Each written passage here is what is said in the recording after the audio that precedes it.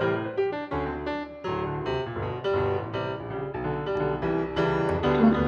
who at Charter has the ultimate decision-making authority in these FPR situations? That operational safety leadership team, the OSLT.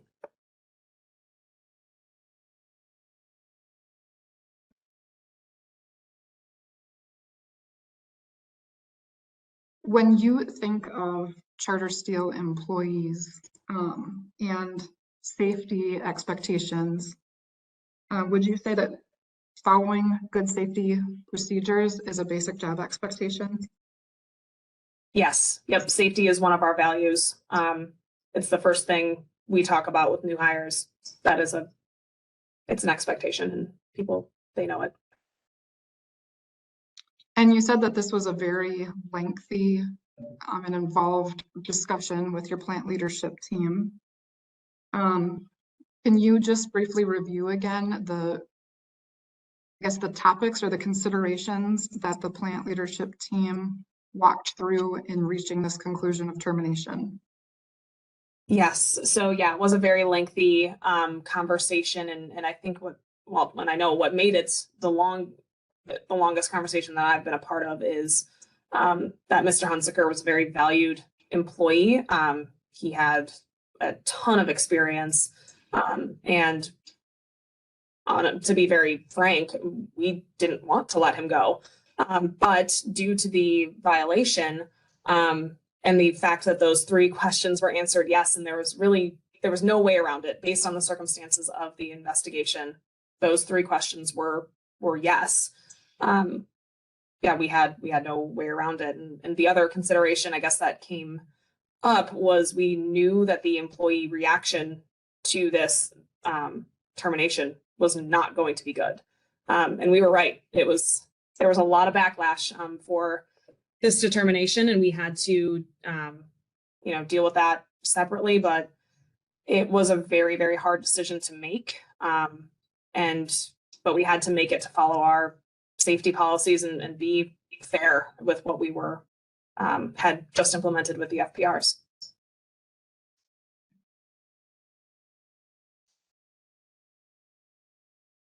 Now, with respect to that FPR process,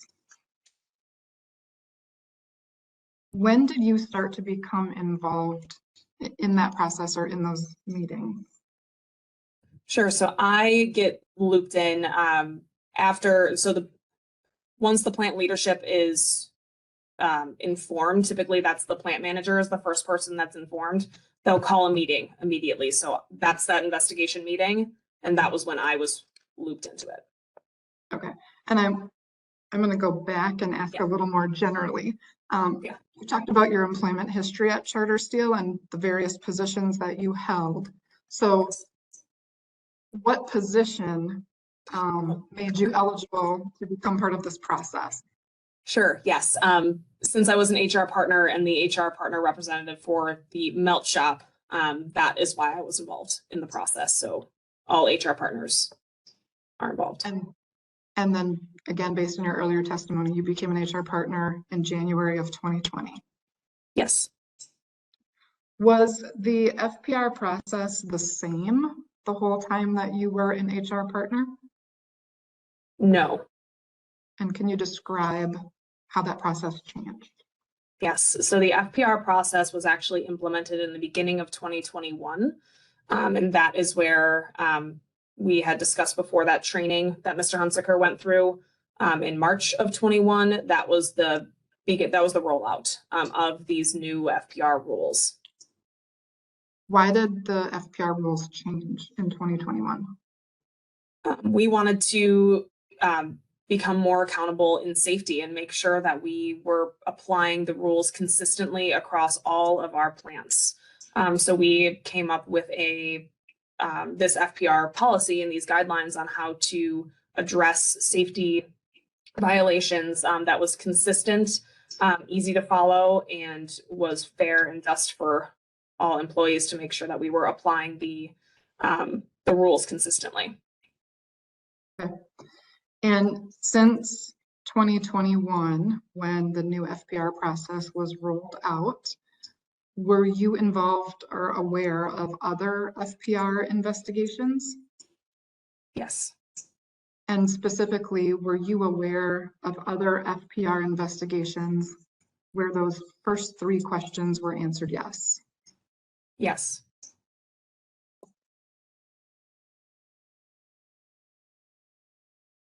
I am going to ask you to look at what has been submitted as Respondents Exhibit 8 on the witness and exhibit list.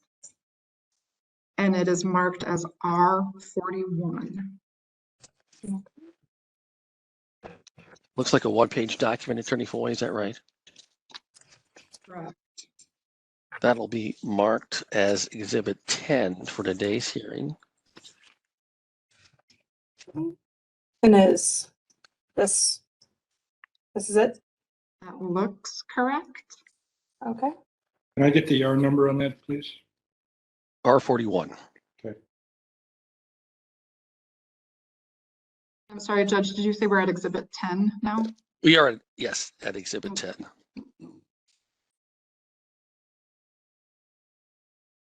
Okay, so looking at this document, which has now been marked as Exhibit 10, do you recognize this document? Yes. And can you please explain what it is? Yes. So this is a termination letter for an employee, Tyler Kondracki. Yeah, it's his termination letter. Can you describe what happened with Mr. Kondracki and the decision to terminate his employment? Yes, he had an FPR violation, and his violation was because he entered an area that he was not supposed to enter. And all three of those FPR questions were answered yes. Okay, can you just describe in a little more detail, again, the FPR process that was followed with respect to Mr. Kondracki? Sure. Yep, so he had his FPR violation, and then he was sent home. An investigation followed. A plant leadership team in our processing plant was pulled together to do the investigation, fill out the FPR investigation form, and then ultimately the determination was that all three of those first questions were answered yes, and his employment was terminated. I'm going to object. It sounds like this witness was not personally involved in this process, so it's hearsay. Your Honor, the witness has testified she is an HR partner, which means she is privy to termination decisions in those circumstances at Charter Steele. Ms. Kimmel, were you involved in this, the process of discharging Mr. Kondracki? I was not directly involved, but I was aware of this happening. Well, at this point in time, I'm going to let the witness's answers stand. I guess subject to additional information being received. Go ahead, Attorney Foy. And in your HR partner role, can you please describe Mr. Kondracki's demographics? Yes, so Mr. Kondracki, he was 33 years old. He was terminated. I'm going to ask that you next look at a document that has been identified as Respondents Exhibit 9, Okay. marked R42. Okay, and that is this document. That looks pretty good. Yep. Yep. All right, let me just see here. Again, a one-page document, Attorney Foy. Yes. It'll be marked as Exhibit 11 for today's hearing.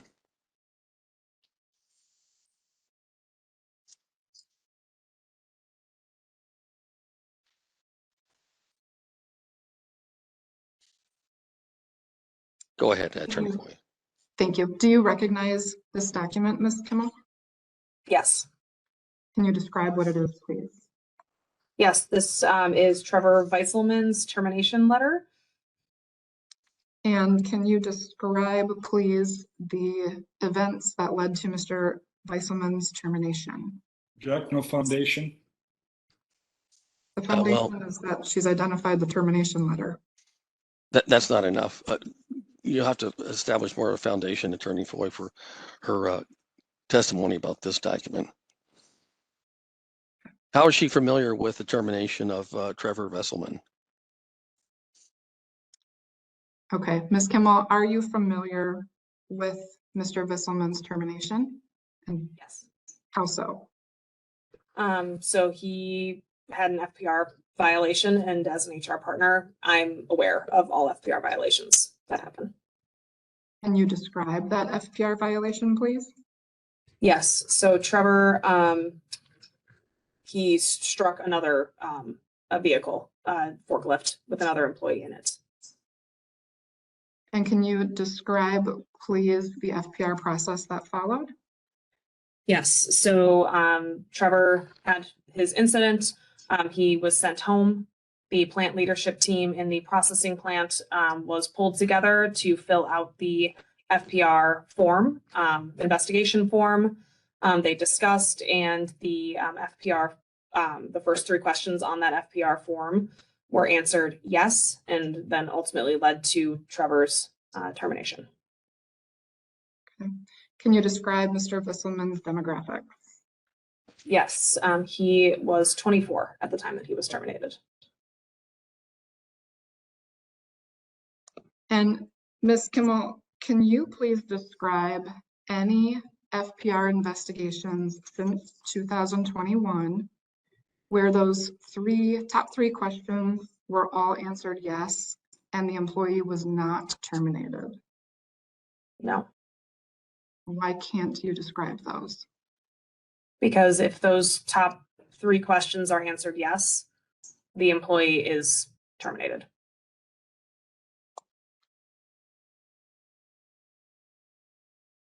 I have no further questions at this time. Attorney Olson, questions for Ms. Kimmel?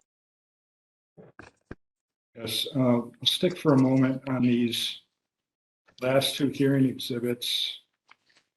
Did you take down notes that you referred to when you gave testimony as to the ages and the details of what happened with these last 2 folks that you identified? Yes. Okay, and you were referring to those notes while you testified? Yes. Okay, were those notes that you created at the direction of your attorney? Yes. All right, and you didn't identify that you were referring to other documents while you were giving testimony, did you? No. And do you think it was important while you're giving sworn testimony to disclose to the judge and my client, the complainant, that you were relying on cheat notes?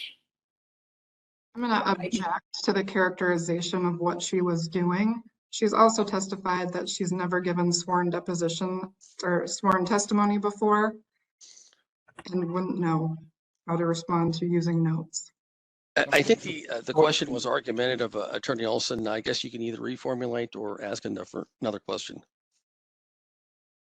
So you didn't have any idea that you were to let us know if you were referring to other documents while you gave testimony today? No.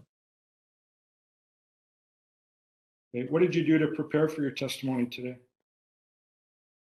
I reviewed the exhibits and documents. Uh-huh. And did you prepare with an attorney? Yes. Did you answer questions of an attorney? Yes. And how much time did you spend doing that? Probably about 2-3 hours. You did that yesterday? This week, yesterday and the day before. Okay. Now, how many of these FPRs have you been involved with personally where you actually were the decision maker? None. I was not the final decision maker in any of them. Okay, who's the final decision maker on a decision to terminate following an FPR? The operations safety leadership team. Who specifically on the team makes the final decision? That team as a group makes the decision. So do they vote how's that final decision made among an entire group? I don't know. Object to speculation. She's not part of that team. Okay, so you don't know who makes the final decision then? Is that right? The team makes the final decision, but specifically the person, no. Now, no one in the HR department ever talked to Mr. Hunsicker about the incident that led to his termination, is that right? Correct.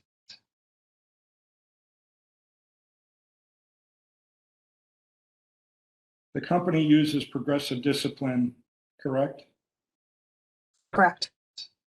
And progressive discipline is to provide warnings in advance of termination or a decision-making day, for example? Is that correct? Typically, yes, progressive discipline.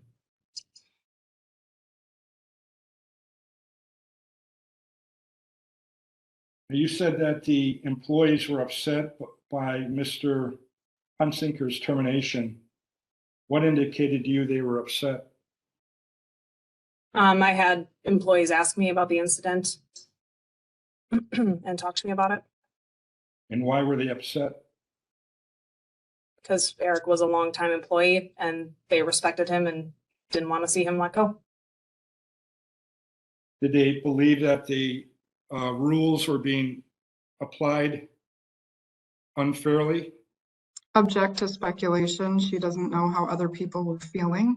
It does involve speculation. So if you want to ask her if some employees express something that she would be able to deduce from that, you can do that. But she cannot testify as to what was in their mind.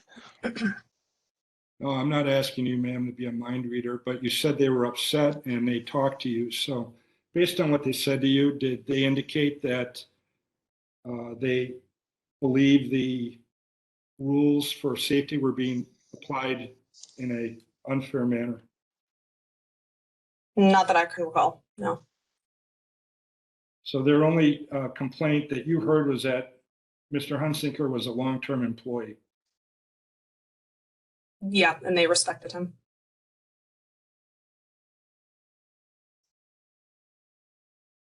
Now, did you issue a termination letter to Mr. Hunsicker? Yes, And you signed that letter? yes, And you drafted that letter? yes. And that letter said that he was terminated effective on April 5, correct? I don't recall the exact date, but if that's what's on there. Okay. And do you know why he would have been terminated effective on April 5? Because that's the day that we had finalized the decision and I was able to call him.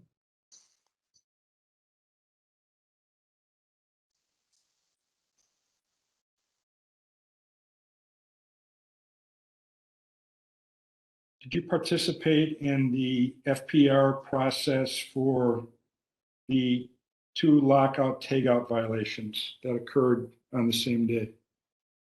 No, Objection foundation. Do you know how long those FPR meetings were? Objection foundation. Well, this person has testified that she's been involved in, I believe the testimony was all the FPR violations. So I think it's fair to ask her about it. If she wasn't, she can testify as such, but it's a fair question. Attorney Olson? Do you have knowledge of the FPRs that were conducted for the 2 lockout tagout violations? yes. And what's your knowledge of that?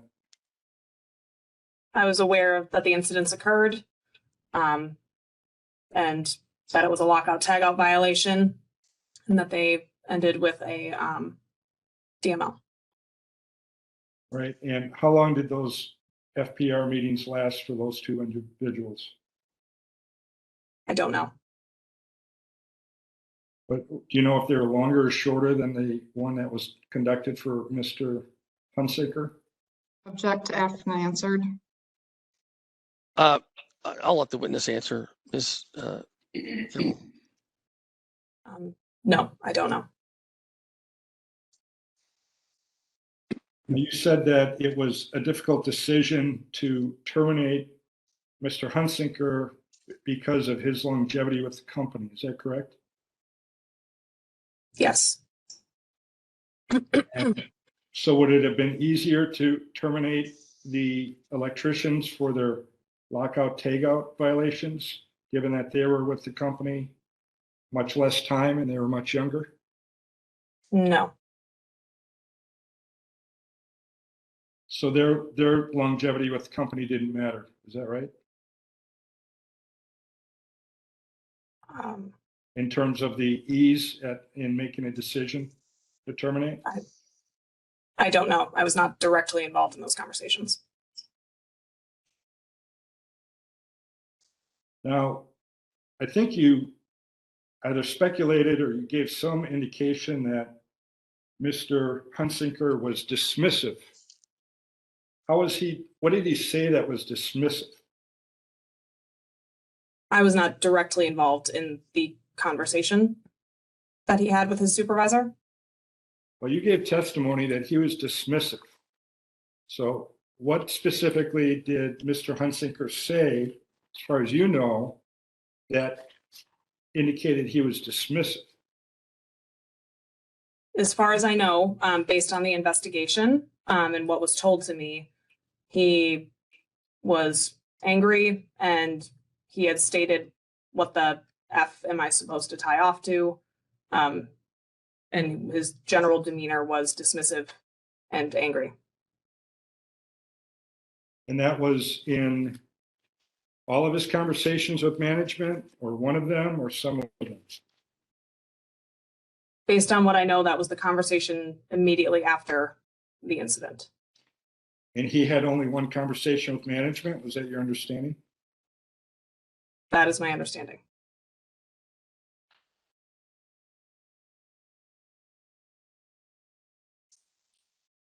Does HR ever talk to the employee who is accused of the safety violation?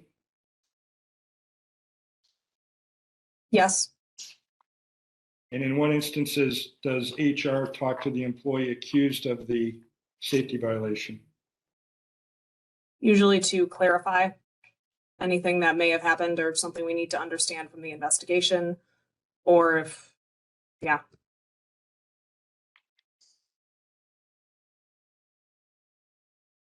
And did HR conduct the FPRs for the 2 lockout tagout violations? I don't know. I was not directly involved. Well, you said you were aware of those. And I think you testified before that being on the HR team, you're aware of all FPRs. So are you saying you don't know whether it was HR who did the FPRs for the lockout tagout violations? Correct. I'm aware of the situation, but I don't know all of the details.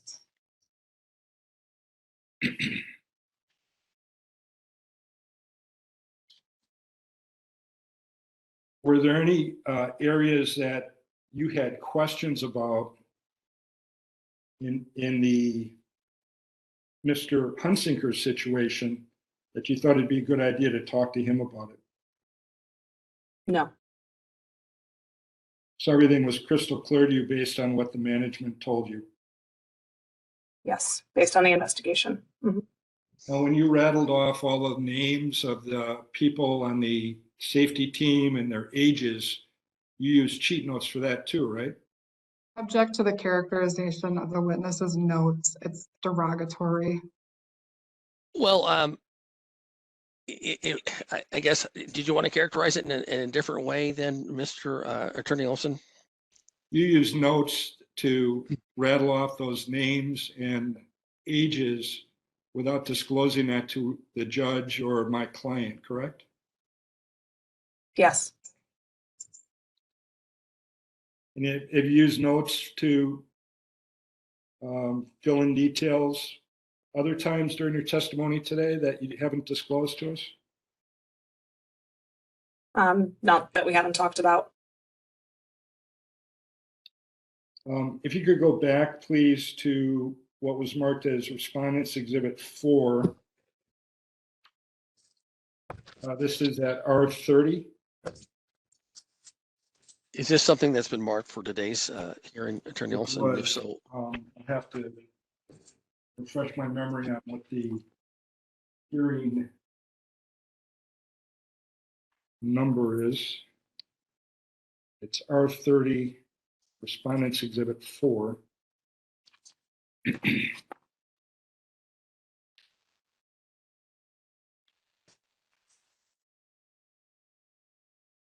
what is the document itself? Perhaps I can find it that way.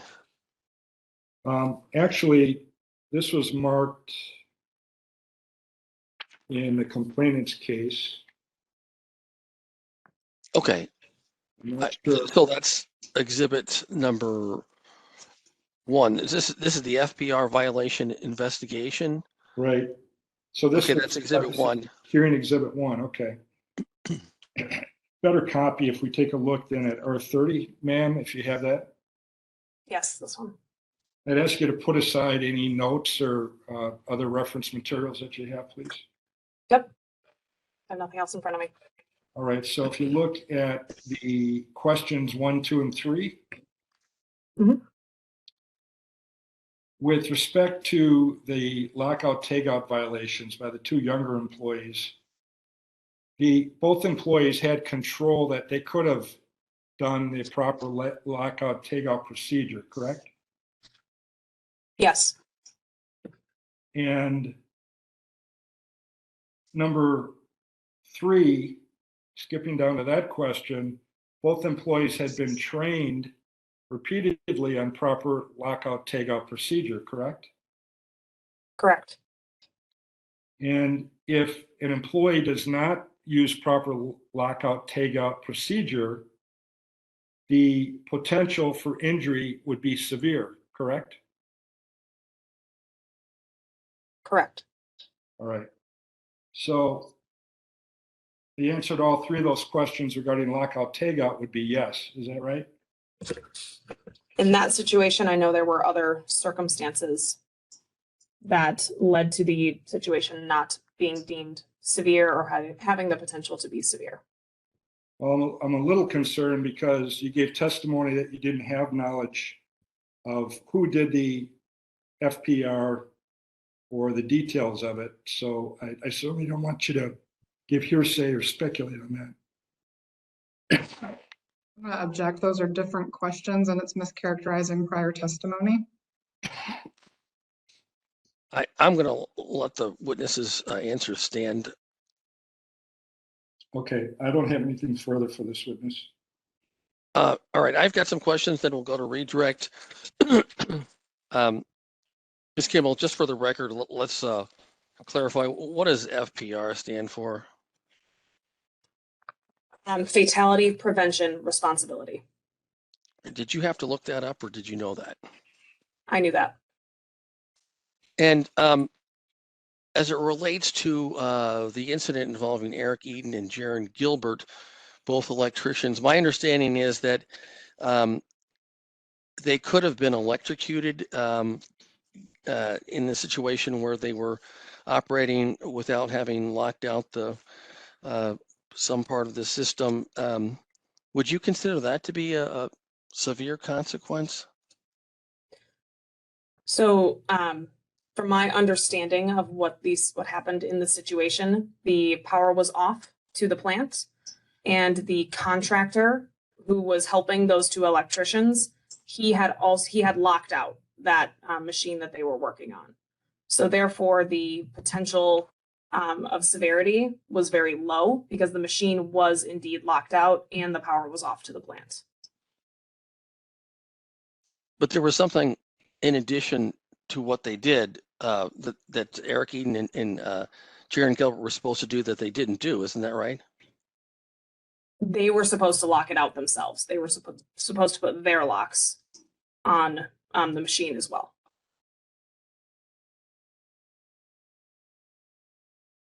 All right. And so if this contractor hadn't put the lock on and the power came back on to the plant, could that have resulted in electrocution to these workers? Potentially. Do you think that was potentially severe? I think if the lock was not put on and if somehow the power came back on without them knowing, maybe, but in the situation that happened, the lock was on and the power was off, and was scheduled to be off. Well, let me ask you this. Do you consider electrocution to be severe? Yes.